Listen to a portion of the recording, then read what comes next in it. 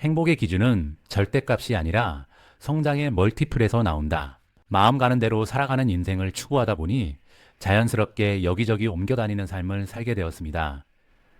저는 지금까지 총 6개 국가 및 9개 도시에서 1년 이상 거주해 왔는데 그중 한 번은 한국으로 역이민을 오기도 했습니다. 저는 30대 시절의 대부분을 영국 런던에서 보냈습니다.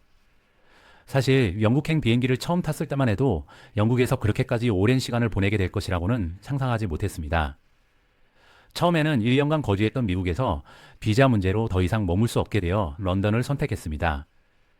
런던에 있는 호텔 학교의 교과 과정 중 1년짜리 인턴십 프로그램이 있다는 점에 흥미를 느껴 학생 신분으로 영국 땅을 받게 되었습니다.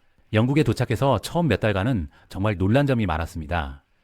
정말 이곳이 세계 최강대국 중 하나인 곳이 맞나 싶을 정도로 열악한 사회 인프라와 삶의 질 때문에 크게 실망했던 기억이 납니다.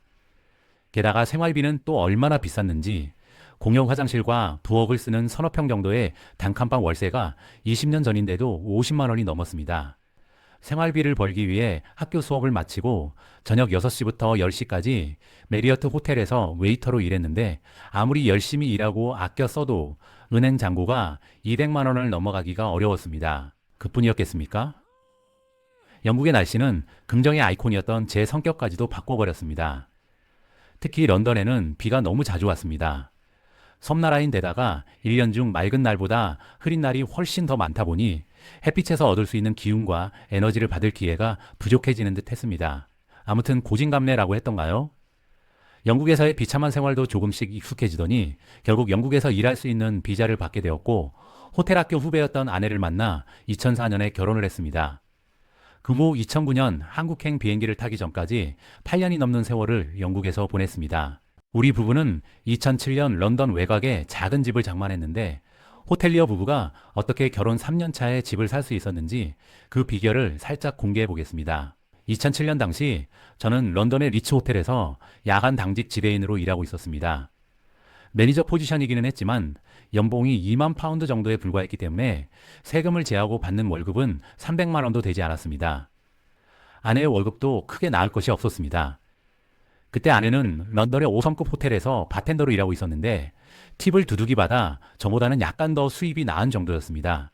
이렇게 둘이 합쳐서 버는 돈이 600만 원도 되지 않는 상황에서 우리 부부는 어떻게 세계적으로 물가가 비싼 런던에서 하우스 오너가 될 수 있었을까요? 그 비결은 서브 렌팅이었습니다. 우리는 결혼 후 레이톤이라는 지역에서 방이 6개나 되는 3층짜리 집을 월세로 구했습니다.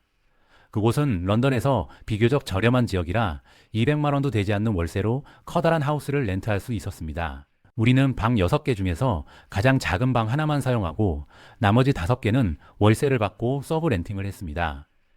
당시 런던에는 어학연수를 온 한국 대학생들이 매우 많았기 때문에 하우스 쉐어를 할 사람은 쉽게 찾을 수 있었습니다.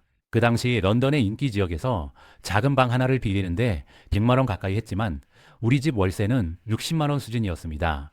그래서 방 5개로 월 300만 원 정도를 벌 수 있었고 우리는 매달 월세를 내는 대신 100만 원 정도의 불로소득을 올릴 수 있었던 것입니다. 우리 부부는 이런 방식으로 살인적인 물가를 자랑하는 런던에 거주하면서도 월 400만에서 500만 원 정도를 저축할 수 있었습니다.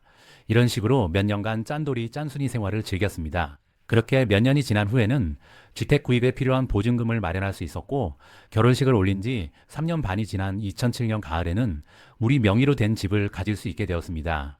물론 그 과정이 쉽지만은 않았습니다. 가령 우리 부부가 사용하던 방에는 더블 침대가 없었습니다. 방이 너무 작아서 더블 침대를 넣을 만한 공간이 없었기 때문입니다. 뭐 그렇게 궁상을 떨어가며 돈을 모았냐고 조롱하는 사람도 있겠지만 신혼이었던 우리 부부로서는 작은 싱글 침대에서 살을 맞대며 잠들던 시간들이 꽤나 로맨틱하게 느껴졌고 지금도 좋은 추억으로 남아 있습니다. 한국의 출생률이 전 세계 꼴찌라는 사실은 이제 더 이상 새삼스러운 일도 아닙니다. 영국 옥스퍼드 대학의 인구문제연구소는 지구상에서 가장 먼저 사라질 국가로 한국을 꼽았다고 하니 보통 문제가 아닌 것 같습니다. 간혹 유튜브를 통해 결혼과 출산, 육아에 관련된 영상들을 살펴보면 터무니없이 높은 집값 등으로 집 하나 가지지 못하고 초라하게 사느니 아예 결혼하지 않고 아이도 낳지 않고 싱글 라이프를 즐기는 것이 현명하다는 목소리가 많이 들립니다. 우리 때는 그나마 열심히 공부해서 좋은 대학을 나오면 인생 역전이 가능하다는 희망이라도 있었지만 후배 세대들은 미래에 대한 희망까지도 잃어버린 것 같아 가슴이 아픕니다. 물론 현 시대를 살아가는 그들 세대의 어려움과 아픔을 X세대인 제가 완전히 이해하기는 어렵습니다. 하지만 인생의 즐거움과 행복은 얼마나 많은 것을 소유하고 있는가의 절대값에서 오는 것이 아닙니다. 더블 침대도 들어갈 수 없을 정도로 작은 단칸방에서 신혼생활을 시작하면 어떻습니까? 초라한 청춘은 그 나름대로의 매력이 있습니다. 솔직히 아직 인생의 전반전을 치르고 있는 사람이 지나치게 많은 부나 성공을 이루는 것은 바람직하지 못하다고 생각합니다. 왜냐하면 높게 세워진 기준은 다시 조정하기 어렵기 때문입니다. 그래서 초라한 시작도 나쁘지 않습니다. 아니, 아예 바닥에서부터 시작하는 것이 좋습니다.